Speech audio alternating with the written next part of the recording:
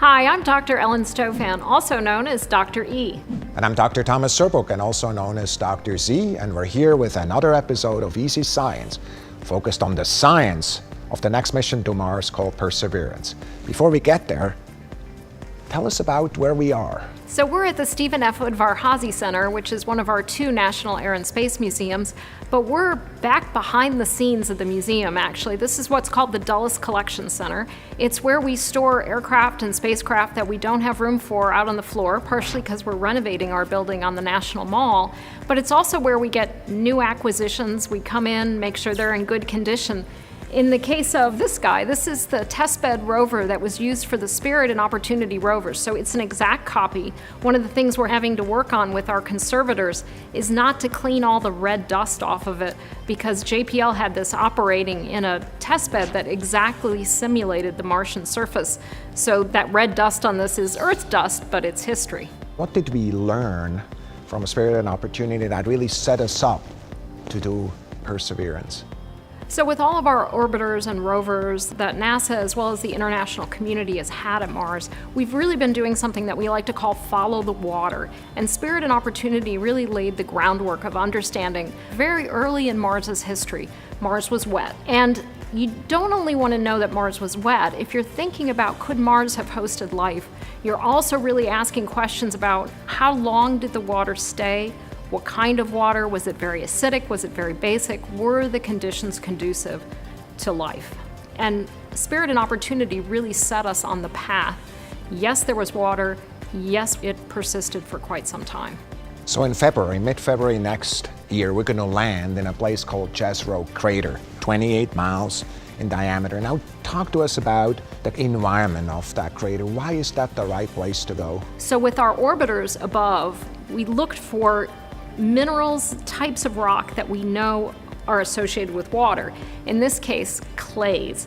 So if people have clay in their backyard, you know it's a heavy, wet type of material. Okay, we've found a lot of clays in Jezero Crater. We know at one point in time there was probably a river flowing into it, there were lake deposits, so we know it wasn't only just wet, but that water was there for a long period of time. So it's the perfect place to go to get to this next step of, okay, we know Mars was wet, we know it had water for a long time.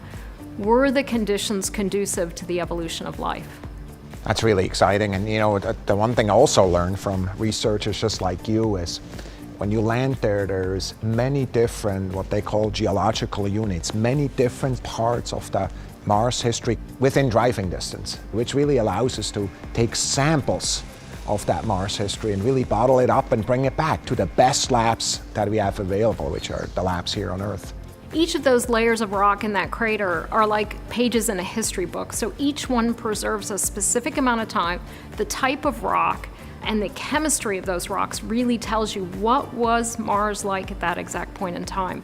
So the Perseverance rover is going to have all kinds of instruments on it that are really going to be interrogating each of those rock layers and saying, what happened when? Here's a question we received from our audience. Will we have Mars weather data from Perseverance? Our Mars weather report isn't very interesting from just one source.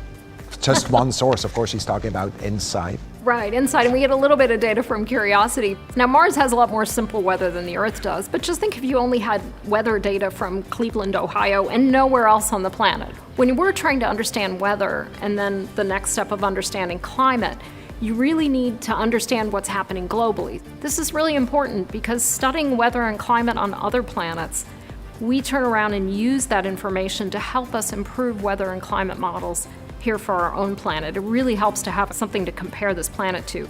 So we're excited that Perseverance is going to have a state-of-the-art, sophisticated weather instrumentation measuring humidity, wind, temperature, pressure, all the kind of things we measure at a weather station here on Earth.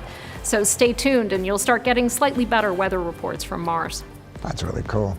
Yeah, it's just that this is just so many of the other instruments, an internationally built instrument. I think what we're often missing is we, of course, in the United States at NASA are fortunate to lead these missions, but we have a number of international contributions, including this one from Spain, amongst other countries that we're bringing there.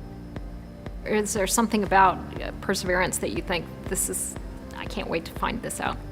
The question whether or not there's extinct life or kind of microbial life even there now, for me, results that help us with that one way or the other, frankly, but help us understand that question better. I've really enjoyed this discussion about the next Mars rover called Perseverance. And what's really important to me when we think about Perseverance is also the time we're in.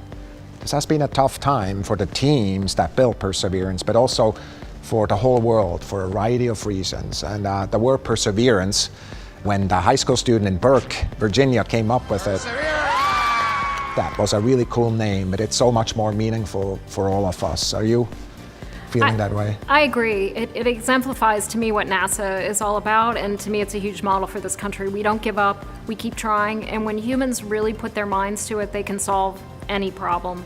And I think that's a really important message for the country right now. And I love that we recorded this in the environment full of history.